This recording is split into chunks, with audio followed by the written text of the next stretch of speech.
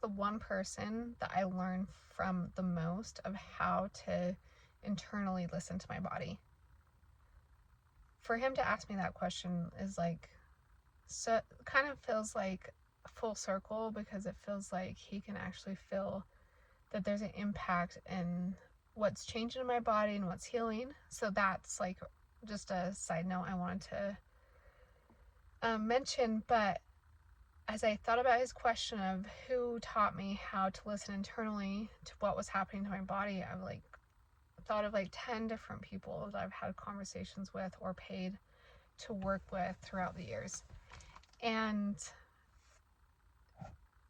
that's neat. And my answer was, I glean little bits from each person. So it's not like the person, right? We're not looking for the person in a healing process. We're looking for bits of information that resonate and that we can integrate into our own meditations and physical systems. So each time I go study, learn, receive, apply, listen internally, then I'm developing that skill. And so that's such a gift.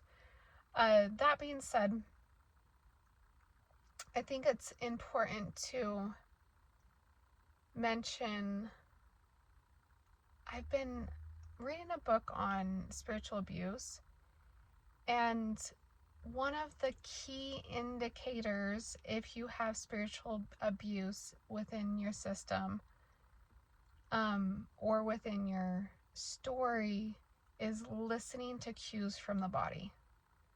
That might look like if you hear something about prayer, your heart starts pounding. Or if you're sitting in a meeting and something resonates, or you hear something familiar in your past and tears start coming to your eyes, then you leave and you can't, like, you're uncontrollably crying, or you have to literally lift your body up and move out of the room, or intense internally shaking, or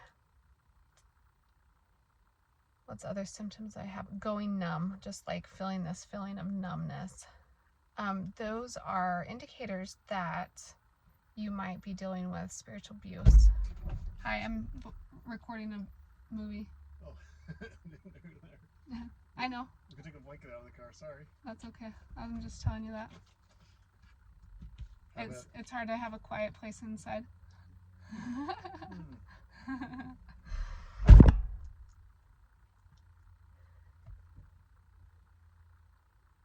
So with that information, like what's happening internally, you listen and then you start to ponder on it. Lots of people that are struggling with this type of scenario have insomnia, and that's a gift. Like one of those, it's biologically built in, like to wake up in the night to start processing and thinking.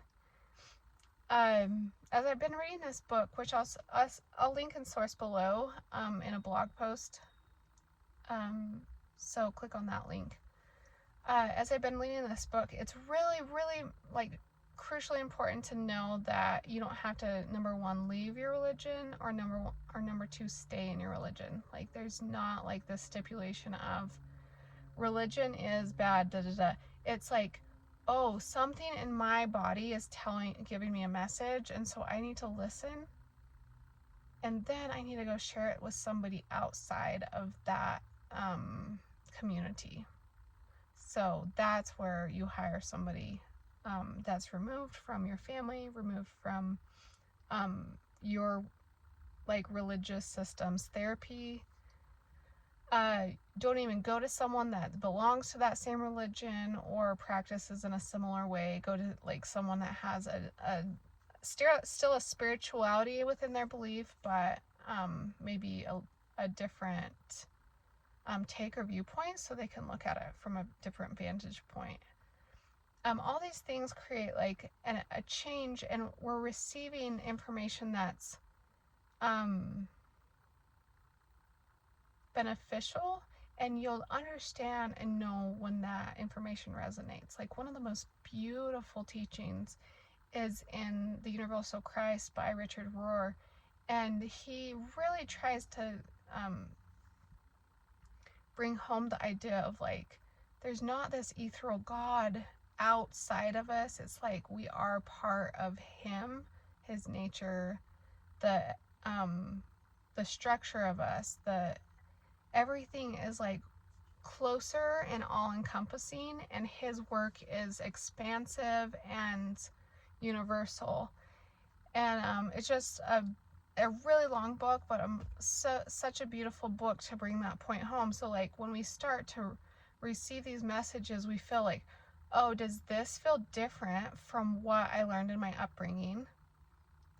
And when it feels different, how can I reprogram what I've already been taught, and like how my system's already oriented to how I believe in a God, for example, or a higher power or the divine? How can I reorient and like receive it within me, rather than like giving my power away to an authority that's big, high in the heavens, away from me? This is a beautiful part of embodiment, and it helps the whole structure of the body communicate and work better, so healing can happen within inside a physical biological system.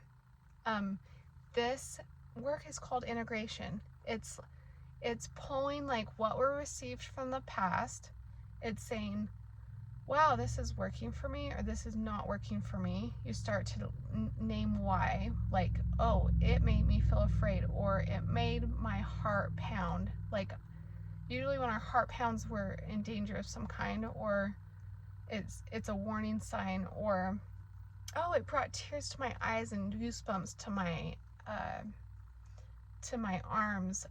That is like an indicator of like, I can receive this as good, and I don't have to believe that I'm bad for receiving something new. Like, these kinds of things start to intermix within our reality, and it is important to talk about it to someone who's trained and who has a different vantage point.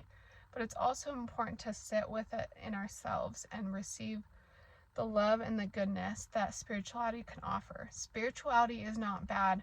Authoritarian figures that rule and reign power over us and make us feel shamed because we are not as ultimately perfect and powerful is what does not resonate with the body. And a lot of those types of thinkings can create a physical system to be thrown off, because when we receive specific black-white ideas, that polarizes, and polarization is not harmony. And then when we're polarized within our mind or our body, then things start being off, like health problems start happening, anxiety starts existing, depression can be part of that mix. So there is this possibility of like exploring with these ideas, wondering if it's working for us or not, wondering why we were trained or treated this way in the past, understanding hierarchy systems, and that is not how spirituality works, but connectedness and integration is a more holistic path that creates harmony within our body system. It's so incredibly important to receive and be witness to, and accept that our body is part of the divine plan and the divine process, rather than saying we were ultimately born bad. That's like the most terrible teaching. And if that's part of your upbringing, like, there's some work to do. And yeah, I personally work with people, helping them with their health problems. If you have just like a sea of information coming at you, which can happen on the internet, it's hard to know what to do next. And so I help sift out and divide what is your best next step. I have been integrating uh, different modalities of healing and different therapies for 13 years now. So I have just a different perspective within it. I personally have struggled with spiritual abuse and have utilized people all over the country trying to sift it out myself. And the process is so helpful and so wonderful. And it doesn't ultimately lead to like, this is a decision, I'm in or out, because it's like, this universal truths are bigger than that polarizing thinking that religion can often offer. So I'll leave resource and links to this video below.